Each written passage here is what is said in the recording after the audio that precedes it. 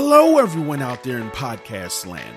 Welcome back to Adventure Capital, where we not only discuss the entrepreneurial journeys and adventures with founders who have raised capital on WeFunder, but also the different resource providers and mentors helping founders along the way.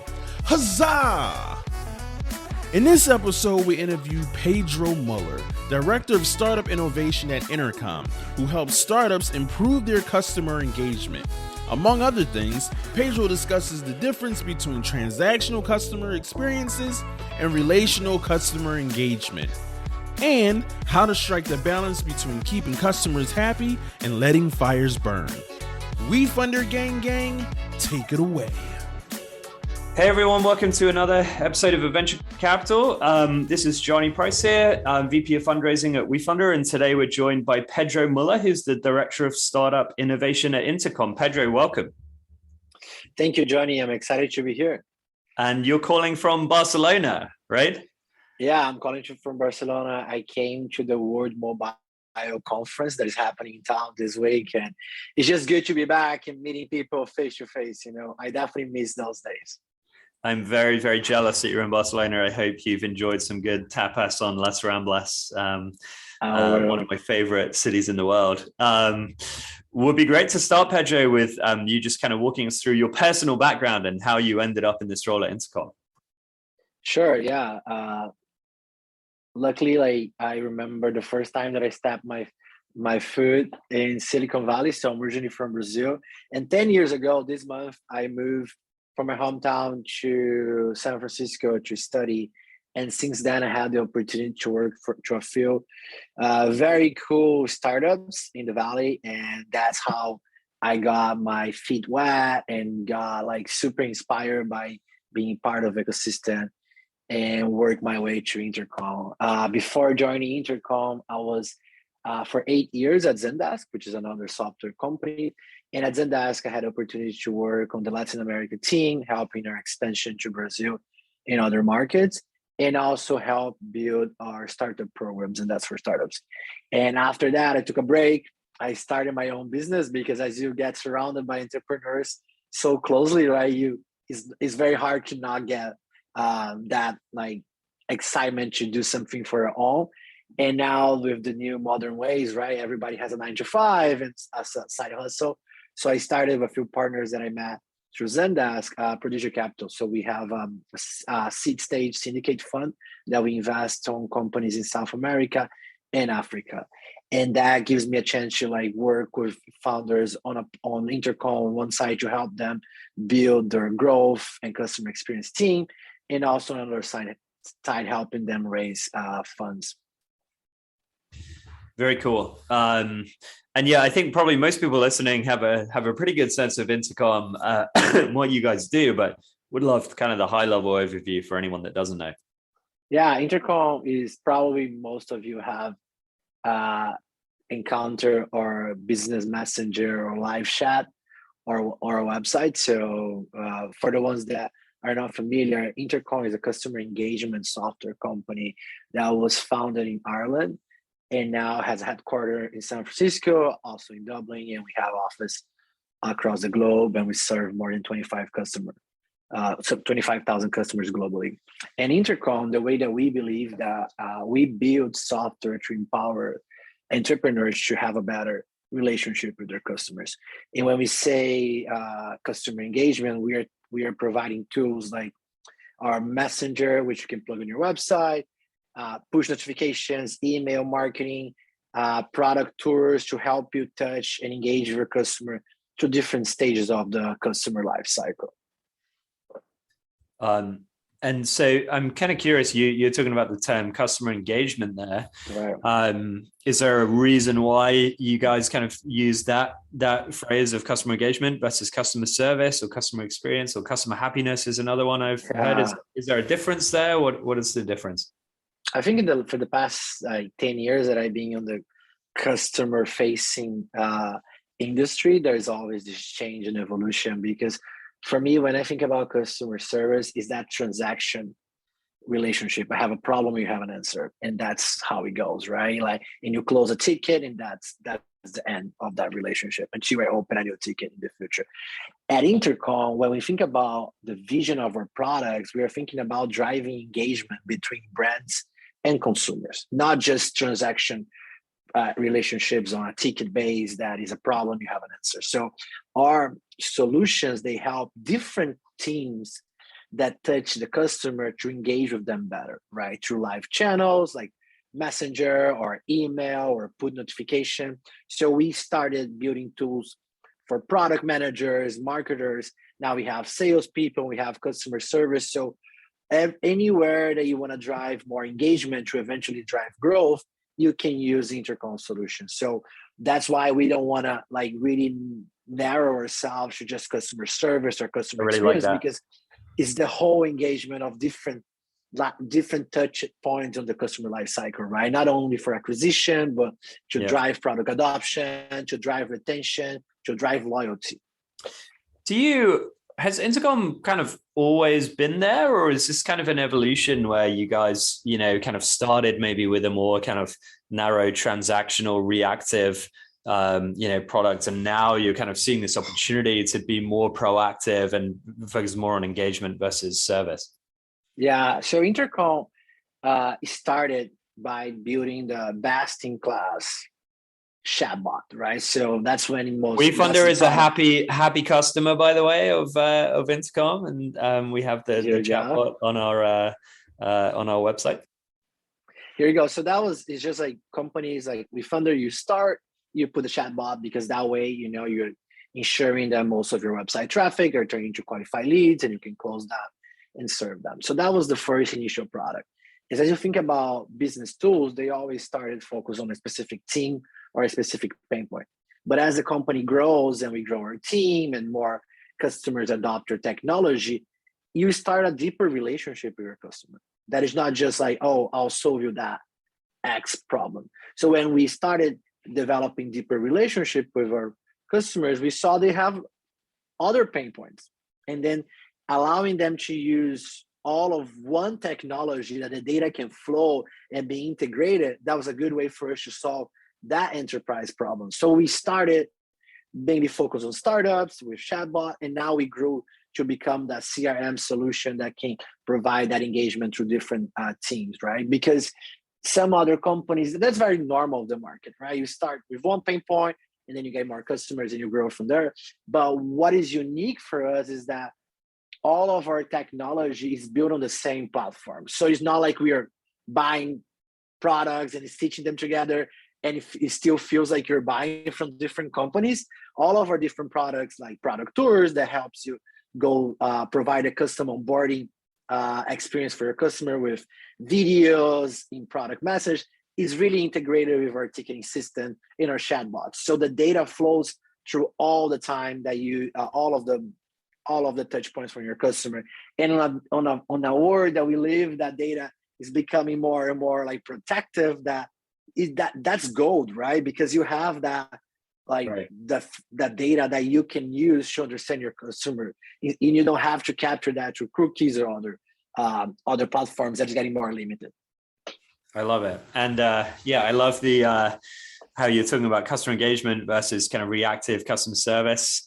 One thing that obviously we're passionate about at WeFunder is engaging your customers by allowing them to invest in you. So if Intercom wants to open up a community around and let those 25,000 customers invest in Intercom even before the IPO, let's talk offline. Pedro, can let the conversation go any further without giving you the pitch of the ultimate way of engaging your customers. But that's just because I'm always being closing. But let's move on. But I want to touch that point, because when we talk about the relationship between brands and their customers, is evolving a lot since the first mobile telephone was made, that suddenly consumers were online 24 hours and always accessible for different channels, right? And now when you think about very successful companies, the relationship with their customers is way more deep than just a transactional. I sell a product and you buy. Now customers can invest on companies, right? When they're private, on the stock market, right?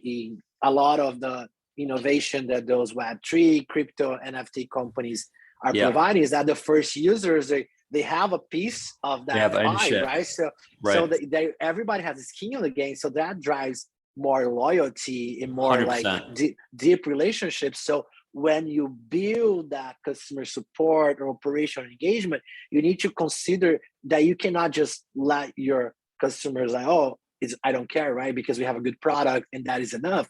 No, all the transaction, every time that you touch those customers is more valuable because they're also your investors, right? Or like it's changing a lot. And I think is for the new entrepreneurs and founders that are starting your companies, you are in a place that you have more tools, but you need to think a little bit more deep how you build those relationships because it's not transactional anymore. Pedro, welcome to Team WeFunder. We're glad to have you, man. Yeah, I wrote a blog post the other day, like I think it was called "Delight Your Customers, Let Them Invest in Your Startup." Right. For me, there's literally no better way to delight your customers or engage your customers than to allow them to be owners. So yeah, glad we're on the same page there, man. I'm curious, to shift gears a little. WeFunder's been growing very quickly over the last couple of years. I remember there's a Reid Hoffman quote. I can't remember exactly what it is, but in Blitzscaling, and I've listened to this on his podcast, Blitzscaling podcast, he talks about letting fires burn. And so how do you strike the right balance between, kind of allocating your precious resources towards continuing to build out kind of product features and for kind of long-term growth versus kind of subsuming all of your resources and fighting kind of individual fires? And if you don't fight those fires in the short term, then that's going to potentially damage customer relationships. So kind of curious about how you and Intercom think about striking that balance. Yeah, I think, look, everybody is going to screw up eventually when you're building a business, right? Like there's always more things that you don't know versus the things that you know. And for anybody that want to build a company or join a startup, you need to have that high risk tolerant and be able to navigate through chaos. That's the only way that you can thrive and be happy on that environment. So when I think about that, the fires burn, it's just a matter of like how you're going to prioritize the problems that you need to focus right now and how you're going to find a way to not ignore the rest of the problems, but understand how you can deprioritize or build that on the roadmap, right? And then like any relationships, when you screw up, you just have to own it and apologize, right? Sometimes you when you're focused on growth, and like all companies should be focused, especially in the early stage, you are working on hypotheses, right? And some hypotheses will fail. So you should be able to come back to your customer base and say, hey, I'm sorry, we did that, didn't work. We're going to make it up to you on X, Y, and Z ways. So that's how I think about the customer relationship on those cases, because you need to be able to, work on your price and packaging, change how your operation grows. Like you need to be able to make those changes on your company because you still are finding product market fit. You're still understanding how much does it cost to serve that customer. So prices will evolve, and like at Intercom, we had to change our pricing many, many times. So it's part of the narrative of the company for when you're thinking about scale and fast growth. And sometimes you're not going to please it all, but being able to have that trustful relationship that you're upfront and be able to be transparent and find a way, that's how you try to mitigate most of them. And I think here, when you think about priorities of the team, most of the time you tend to like put the customer support and experience as a low priority and focus on your product first, right? But that like you have a very disruptive product at first that will drive your growth, right? But would that hold you forever, right? Would that innovation or disruptive will sustain your growth for the rest of your life cycle as a company? I don't believe so. And for example, I have an experience that happened to me, this NFT marketplace, which I'm not going to name, right? It was one of the first one that I got in touch. That's why I bought my first NFT. But last December, I had an issue with them and I sent them a customer request. 90 days later, they came back to me with a like, oh, thank you for reaching out, blah, blah, blah. We are working on your request, and didn't give me a date, right? So on that case, for me, it was like, oh yeah, it was the first one. They were very disruptive. They're growing a lot, but I don't do my business with them anymore because now there's other NFT marketplaces, and I just move my wallet to them. And Right. here we go. I'm on a different place, right? So that didn't hold, like my relationship with them didn't hold, especially when we're talking about money, right? So the thing here is that you cannot just be obsessed by your product or your product innovation and let your customers be the fire and the burn, right? You need to be able to strike that balance of like, innovation on my product is going to take me to an X point, but that relationship with my customer is going to be my growth engine forever, because I can launch new products to them. I can understand their pain points and solve more of their pain points in the future. And the same thing for me on another trading platform, right? It was many customers, they were growing very fast. But again, I had an issue, my money got blocked, I moved somewhere else. And I'm not going to come back to them. And that happens to many users. I'm just giving that example on financial industry because especially when you're touching people's money, right? You need to be able to be more responsive and understand that critical relationship. Yeah, so there's kind of striking the balance, trying to strike the balance between, kind of continuing to work on improving the product and future growth versus, tackling the fires that are burning and the biggest customer complaints and prioritize those. And yeah, when there's money involved, there's obviously, people are especially sensitive. Are there other kind of things that you've seen, early stage founders kind of struggle with when it comes to customer engagement, mistakes that they make, or other ideas for like how founders can do this very well, like tactics for success? Yeah, I even posed that question on my Twitter to get some feedback from my community. And then the number one point that most people highlight is not investing in talent, right? When we think about the customer engagement part, there is a technology that you use, there is a talent that you hire, and then there's the process that you build. And sometimes the founders, they are doing the first customer relationship, they're selling, they're doing support, they're doing all of that. Then they hire somebody, and then they hire somebody that is junior. And then most of the time they wash their hands and they never touch a customer support inquiry anymore. And that they become so far away from that relationship with their operation, yeah, with the customer. And that becomes a big mistake because you're in a point that your operation is changing, your processing should change. You put all of that on the hands of a person that is junior trying to do their best, but don't understand fully your business. And now you're just focusing on other part of your business, right? And that on a very critical part of your business that you need to ensure that you have the talent in the right place to optimize the technology that you use and optimize the processes that you build. That's the only way that you can build that good enough of that customer engagement relationship to allow you to grow and not just let your customers churn. Yeah, I love that. From Reid Hoffman's podcast, Blitz Scaling. It's a nice advert for his podcast, this episode. But there's an interview that he does with Brian Chesky, the founder of Airbnb, and Brian Chesky's talking about in the very early days of Airbnb. It was amazing because he would just, and the founding team would just spend so much time with customers, right? Really understanding the psychology of customers and who they are and what their issues were and what the opportunities were. And basically then, yeah, when you scale, it's very, very hard to keep close to your customers because there's a bunch of other things that are going on and other priorities. And it's really interesting that that's kind of the first mistake that you point to that a lot of founders make is, yeah, bring in someone to run the customer experience team, and then they kind of check out, and there's this kind of gulf that develops sometimes between founders and customers. It's really interesting. Any other kind of mistakes that you've seen kind of rapidly scaling startup founders make when it comes to customer engagement, or any things that are working super well, other than obviously using Intercom, goes without saying? Of course. I think that like relying on building a good foundation for a self-service experience is definitely key, because one of my favorite customers always told me that when I have a question, I want an answer.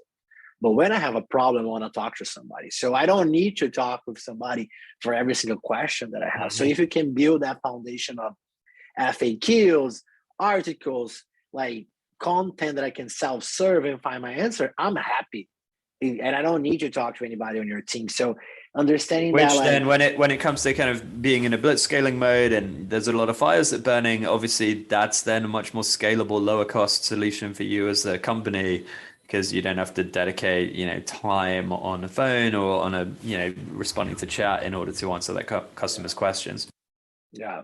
And that gives you, like, you don't have to put bodies through every problem. That gives you agility to serve more customers, better time, better satisfaction for them, like keeping your operation lean. So I'm all about self-serve, and in the customer expectations, they're fine with that, because I want to make sure that I have my answer. As I say, I don't. If it's a more like hairy problem, sure, I want to talk to somebody. But if I just have a question to how to do something, give me the video that I need to watch, and I'm good with that.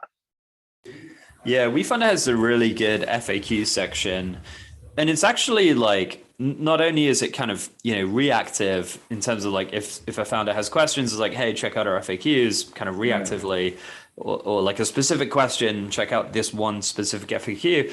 I also kind of use that as like a selling point, it's like, because we've kind of crafted that in our language, and kind of sending people there, I think, will, it impresses them both because obviously we can highlight like the awesome things about WeFunder, but also just the way that we communicate, the simple language that we use, trying to be super helpful and clear and not kind of obfuscate and not use jargon.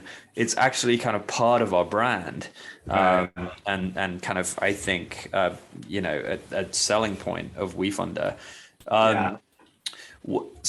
Any kind of really cool examples you've seen, from either Zendesk or Intercom, or your kind of career around, customer engagement that's been done extremely well, and like, maybe kind of how that's kind of, affected the growth of a company or. Yeah. One of my favorite examples is for this neobank out of Brazil called Nubank. And they just they IPO'd this year, or maybe December last year, I think in the New York Stock Exchange. I'm not sure if they did that or not. But basically, like, they weren't the first neobanks globally, and they went to the jugular of all the big banks, saying we're gonna go focus on the customer experience first. And they just went to this big industry that folks were like not even daring to disrupt because it was so right. And they focus on that. But they say we're never gonna have any branches. Everything's gonna be online. Right. We're gonna provide support through live chat, and we're gonna talk to you, and we're gonna be there for you fast. And then it was like a lot. It was a whole, I think, industry changing, because everybody was just so used to a poor banking experience that you had to go through a branch, waiting line, disrupt your day to do any single transaction, and they provide all of that on your phone, right? And then they were building a massive support team relying on technology. So, and then they use that to leverage their growth. And if you look on their papers, the amount of money that they use to invest in customer acquisition channels and marketing is less than 15%. So they leverage that good relationship with their customer as the growth engine to drive new customer based on referrals, because people were like so amazed by that service that they refer a friend. And now, if you look, I was just seeing this data on a newsletter that I received. 60% of the Brazilian population has a bank account with a neobank on an online bank. And that's huge, right? That's a huge penetration. And they also did in a way that they were providing banking service for the underbanked population. So they were not asking for a credit score. They were like, okay, we're going to rely on you, and we can do all of that. So I think that was like one of the first companies that I saw that we're going to do good for our users and use that as our engine for growth. And they were able to grow from there and keeping that relationship. And coming to one of the topics that you mentioned, when they went IPO, they opened an offer for their customers to invest on them. So it was that very, very deep relationship in so many ways to grow with their customers. That is one of my favorite examples that I have all the time on how they really leverage that customer communication, their loyalty, their satisfaction to drive the growth engine of the company without relying heavy on performance marketing, pay media to drive that growth, which is how most of this like web companies for the last decade is being driving their growth, right? It will be really cool. Maybe this exists already. I don't know of it. Maybe this exists on the Intercom blog, but if it doesn't, you should write this blog post, right? Which is like a statistical analysis of the correlation between net promoter score and growth rate. So you guys have a ton of data on like NPS of your customers, and presumably there's some way of figuring out like from Crunchbase or something. I don't know, like maybe you have this data of like, you know, the revenue of your companies or number of employees or capital raised or something. And to, you know, plot a scatter chart and like figure out, okay, you know, if companies increase their NPS, it increases their growth rate would be really fascinating, but maybe that exists. But you know, maybe some academics have done that research, but I think that would be really powerful. Yeah, that I think we are evolving the KPIs on the customer experience and engagement front, because some leaders that I know, they really like NPS. Some leaders that I know, they don't really like NPS. So there is a lot of like that. Oh, that's interesting. I'm curious about that. So we have an NPS survey at WeFund.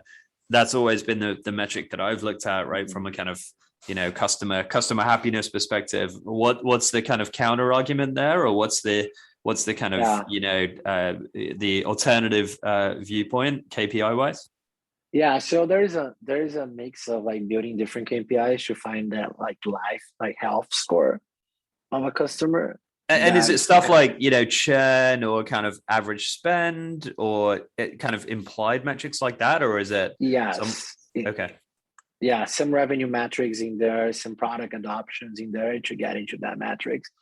And one of the critics that I receive a lot is that sometimes NPS is a very like transactional measure of like, I like that, you know, that transaction was good, I vote on that. The same thing for I think about that as well, right? It's like if I have a problem, like you were mentioning before, like they lost my money, right? The company lost my money. If I then like have an experience with the customer service team, they might do an amazing job on the customer service team. But like, I'm going to be super mad because they couldn't fix this problem for me.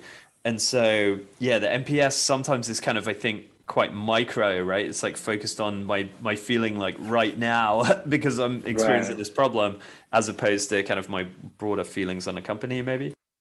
Yeah. And what about companies that never interact with support because you build up such a good experience that they don't have to, right? So sometimes they might not even like answer that like survey that you sent out. So there isn't a lot of evolution in there. I think you, of course, not saying that you shouldn't measure CSAT, NPS. It's just that I think we are evolving a lot on that like KPIs to really understand how the relationship that the customer feels to your brain on a number perspective to choose on that. But it's kind of interesting for us, like, you know, what on the investor side, I think that's kind of easier because the investor relationship, you know, you can make kind of multiple transactions. So for like, if I'm an Uber passenger, right? I'm using Uber a lot, right? And so you can kind of gauge my quotes like NPS in quotes, right? Happiness with Uber by how often I'm using Uber because there's a lot of liquidity, right? If I'm a founder on WeFunder, I raise a round on WeFunder like once a year, right? And there's not really the liquidity of data for us to say, okay, like this founder must have had a great experience because he's using WeFunder a lot, you know, or kind of frequently. So in the absence of being able to use kind of, transaction data. Is there an alternative to NPS there? I don't know. That's a good question. I don't think we have. I mean, as I say, just for transactional data, one data point that you can leverage. I don't think there's a better proxy than NPS today. But I think if companies are building that more elaborate way that you bring product adoption, revenue expansion, all of that. Yeah, like if you have a monthly subscription, right, then you can look at churn rates, right? Exactly. And churn then is probably a pretty good indicator of NPS. But yeah, because we don't have a subscription product on the founder side, it's like a little bit harder for us to find kind of, alternative KPIs maybe to take the place of NPS. That's really interesting. It's very hard to qualify all the interactions the company has with the consumers because there are relationships on different industry and different business models, right? So that totally makes sense. Yeah. This has been a really, really fun conversation. Some really great stuff in here about, how founders should think about customer engagement, trying to strike that balance between letting fires burn and, building the product versus trying to ensure that your companies don't abandon you because you didn't get them a response for 90 days to your email. But one question just to end on, Pedro, that we ask every founder is, or every guest is, one piece of advice that you would have for founders. Can be about the customer engagement side of things or more broadly. I think do never stop talking to your customers, right? Find ways that you are part of that sales conversation. Shadow your customer support team, just be there because it's so easy for you to get focused on the internal problems and investor relationships, your board, and your C-suite, and then the customer becomes so far away from you that is dangerous because you are the one steering that direction of that ship. And if everything that comes to you from your customer has layers of people funneling the truth, you are in a position that you shouldn't be. So do never stop talking to your customer. That's a great piece of advice, a great note to end on, a very kind of Intercom on brand piece of advice for founders there. Pedro Muller, Director of Startup Innovation at Intercom. Thanks so much for coming on Adventure Capital. Thank you for having me, Johnny. Bye. Thank you for tuning into another episode of Adventure Capital. I hope you laughed, took notes, shed a tear, and most importantly, feel ready to go off on your own adventure. And remember, whenever you're ready, WeFunders here to help. Be sure to like and leave a review, gang.